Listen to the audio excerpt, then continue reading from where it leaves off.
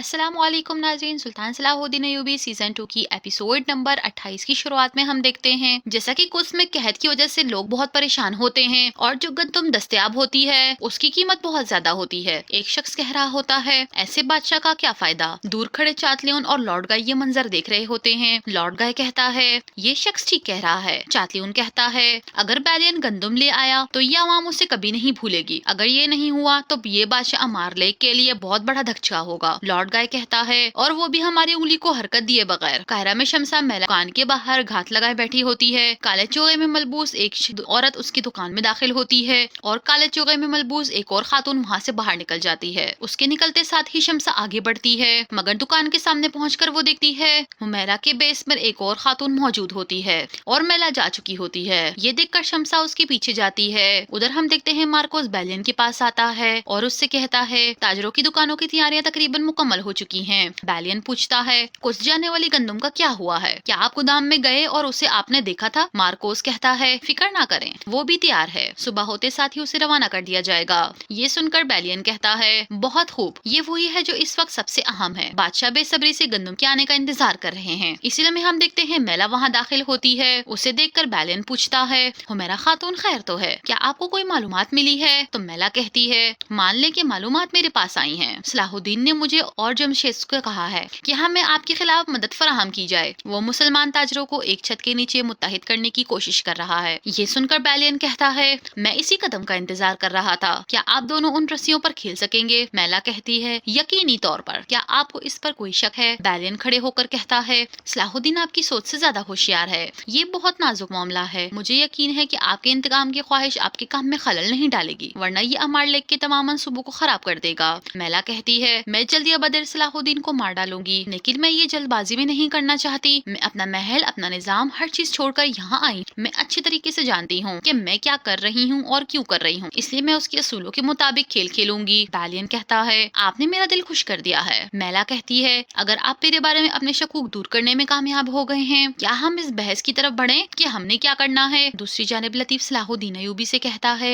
अल्लाह का शुक्र है कि जो दुआ खलीफा हजरत को पेश की गई है उसके पसंद नताइज सामने आए हैं। दर्द आहिस्ता आहिस्ता कम हो जाएगा। सलाहुद्दीन अय्यूबी खुश होते हुए कहते हैं, लतीफ तुम खुशखबरी लाए हो, शुक्रिया। एजीज वहाँ आता है और कहता है, मेरे अमीर गोदाम के बाहर बड़ी तादाद में सलीबी सिपाही पहरा दे रहे हैं। उर्फा कहता है, उन्हें चकड़ों में गंदम लाद कर देने का फरीजा सौंपा गया है, वो कल सुबह गंदम ले जाएंगे। एजीज कहते हैं, हमें अपने काम को आसान बनाने के लिए फौजियों को वहाँ से निकालने के लिए एक मंसूबा दरकार है। तो सलाहुद्दीन अय्यूबी जवाबन कहते हैं, हमारा मकसद वहाँ से फौजियों को हटाकर गंदम हासिल करना नहीं है, ये सिर्फ पहला कदम है। हम इस मसले को जड़ों से हल करेंगे। मिस्र की सरजमीन पर किसी भी सुलीबी का नामो निशान बाकी नहीं रहना चाहिए। खलील वहाँ आता है और सलाहुद्दीन अय्यूबी को एक खत देता है। उसे कहता है, शमसा चाहती थी कि ये मैं आपको दे दूं। खत लेकर सलाहुद्दीन अय्यूबी पढ़ते हैं, जिस पर लिखा होता है, वो एक मुसलमान लगने वाली बहरूपिया है। उसने आपका अकीदा इस्तेमाल किया। हुमैरा खातून जो आपके चचा के खातान में आपके लिए मौजूद थी, वो वैसी नहीं है। अगर आप उसका असली चेहरा देखना चाहते हैं, आप फौरन काहिरा में मौजूद ईसाइयों की करारगाह की तरफ जा सकते हैं। ये सुनते साथ ही सलाहुद्दीन अय्यूबी उस लम्हे को याद करते हैं जब काजी फाजल ने उनसे कहा था, इसकी दुकान काफी अरसे से बंद थी, ये कहाँ गई थी मालूम नहीं। फिर उस लम्हे को याद करते हैं, उन्होंने उसके हाथ में मौजूद मछली का निशान देखा था।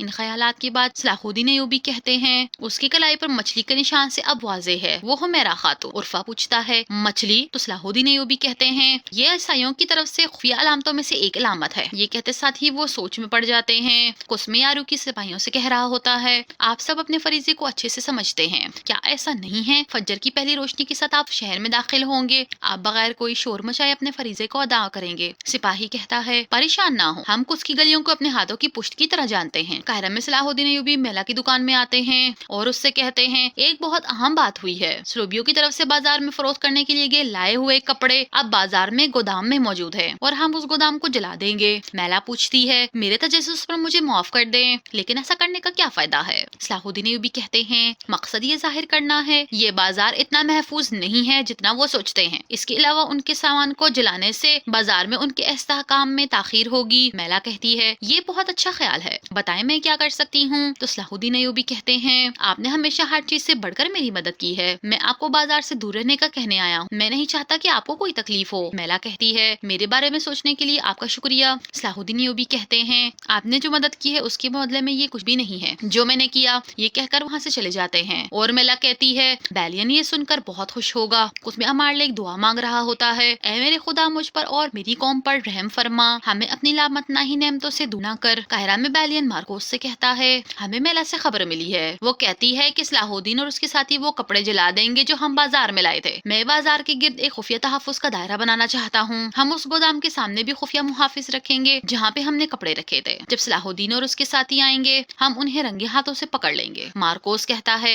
लेकिन आप जानते हैं हमारे पास ज्यादा फौजी नहीं है। बैलियन कहता है, मैं जानता हूँ, लिहाजा आप उन फौजियों में से बेशतर को बुला लें जिन्हें हमने गंदम की दुकान के बाहर भेजा था। वहाँ पर चंद फौजियों का होना काफी है। दूसरी जानिब एक्सिस सलाहुद्दीन अय्यूबी के पास आकर कहते हैं, हर चीज तैयार है, हम हरकत करने के लिए तैयार हैं। इसके बाद हम देखते हैं कुछ में फजर के वक्त यारोकी के सिपाही गंदम लेकर आगे बढ़ते हैं। सुल्तान की आवाज गूंजती है, गंदम कब्जे में लेने के बाद हमारे पास एक और अहम काम है। आगे बढ़ते हुए सिपाही गली में फैल जाते हैं और दरवाजे पर दस्तक देते हैं और बाहर एक थैली रख देते हैं। सुल्तान की आवाज मजीद गूंजती है, कुछ की एक भी दहलीज गंदम के बगैर नहीं रहनी चाहिए, चाहे उसके लोग किसी भी मजहब से ताल्लुक रखते हों। एक खातून बच्चा उठाए बाहर आती है और जब थैली पर देखती है उस पर जंगी निशान बना होता है। दूसरी जानिब एक बुजुर्ग खातून बाहर आती है और थैली में गंदम देखकर वो खुश हो जाती है। सिपाही हर दरवाजे के बाहर गंदम रखते चले जाते हैं। बूढ़ा शख्स बाहर आता है और गंदम को देखकर बहुत ज्यादा खुश होता है। कायरा में मार्कोस बैलियन के पास आकर कहता है, बाजार के दूसरे दरवाजे पर भी कोई हरकत नहीं है। बैलियन कहता है, ये सुकून कोई आम नहीं है, ये खामोशी खतरनाक है। मेला के मुताबिक सलाहुद्दीन को बहुत पहले अपना इक़दाम करना चाहिए था। क्या ये मुमकिन है कि उसने हमारे फौजियों को देखा हो? कोस कहता है, नामुमकिन, उनमें से हर एक बहुत अच्छी तरीके से पोशीदा है। बैलियन गुस्से से कहता है, सलाहुद्दीन तुम कुएं की किस तह में हो? इसी लम्हे सिपाही अमालेक का खत लाकर बैलियन को देता है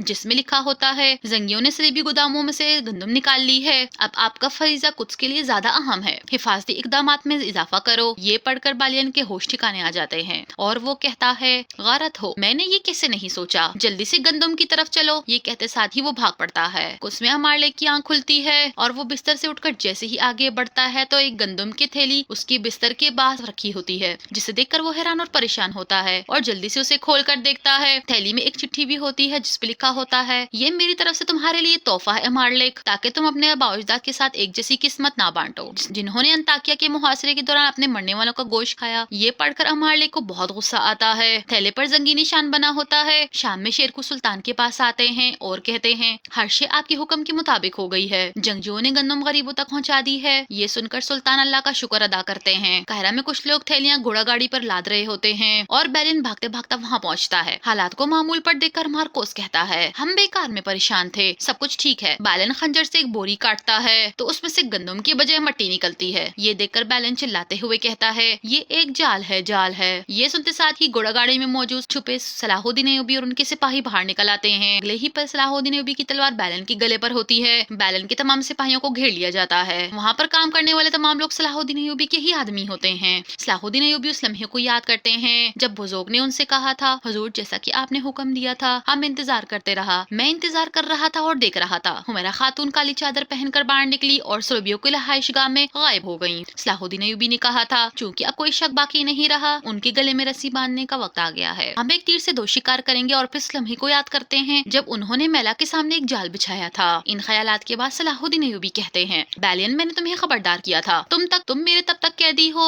जब तक कि सुलीबी ताजिर और उसके सिपाही काहिरा से निकल नहीं जाते। बैलियन गुस्से में उन्हें देख रहा होता है और इसी के साथ इस एपिसोड का यहाँ पर इख्तिताम हो जाता है।